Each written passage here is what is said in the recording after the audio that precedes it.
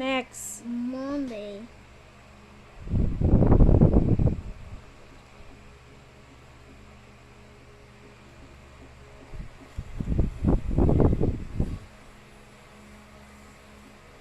Ayusin mo yung Y.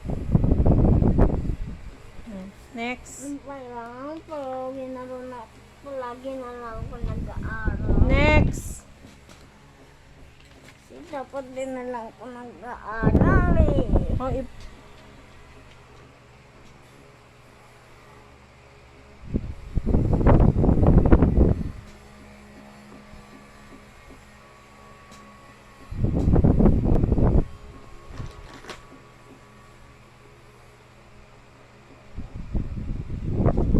lang R. walang R yan. Tuesday. Thursday. Thursday. Bakit walang Thursday? Ayan, Thursday o sa baba. Thursday. Iba yan, Tuesday.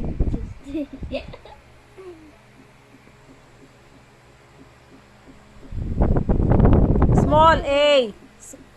Bakit nasa taas? Asan yung A? Ha?